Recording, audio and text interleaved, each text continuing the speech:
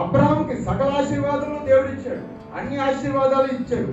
దానికి కారణం ఏంటంటే నీవు లేచి నీ దేశం నుండి, నీ బంధువుల నుండి, నీ తండ్రి ఇంటి నుండి బయలుదేరి వెళ్ళి నేను నీకు చూపించి దేశమునకు వెళ్ళుము అని దేవుడు చెప్పిన మాటకి లోబడి వెళ్ళాడంట. దేవుని చెప్పిన మాటకు లోబడి వెళ్ళినందువల్ల అబ్రహాం అధికంగా దీవించబడ్డాడు.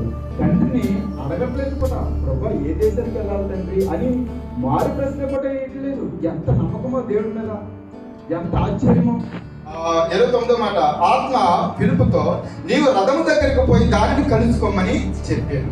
దేవుడు ఒక మాటే చెప్పాడు, ఇదిగో ఒక రథం వెళ్తుంది, అందులో ఒక ఆయన వెళ్తున్నాడు, నువ్వు త్వరగా పరిగెత్తుకుని వెళ్ళి ఆ రథాన్ని కలుసుకో అన్నాడు. ప్రభా రథాన్ని కలుసుకుని నేను ఏం చేయండి తండ్రి అని అడగలేదు.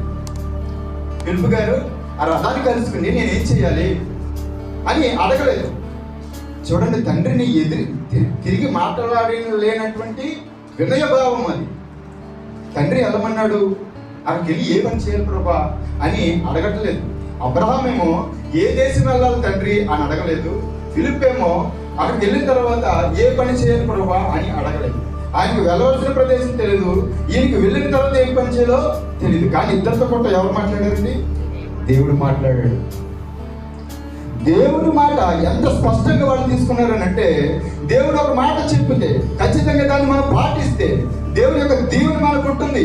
ముందు దేవుడి మాట విన్న వెంటనే మన స్థానాన్ని విడిచిపెట్టి ఆ పని చేయడానికి పరిగెత్తుకుని వెళ్ళాలనేదే వీరి యొక్క నియమం అండి.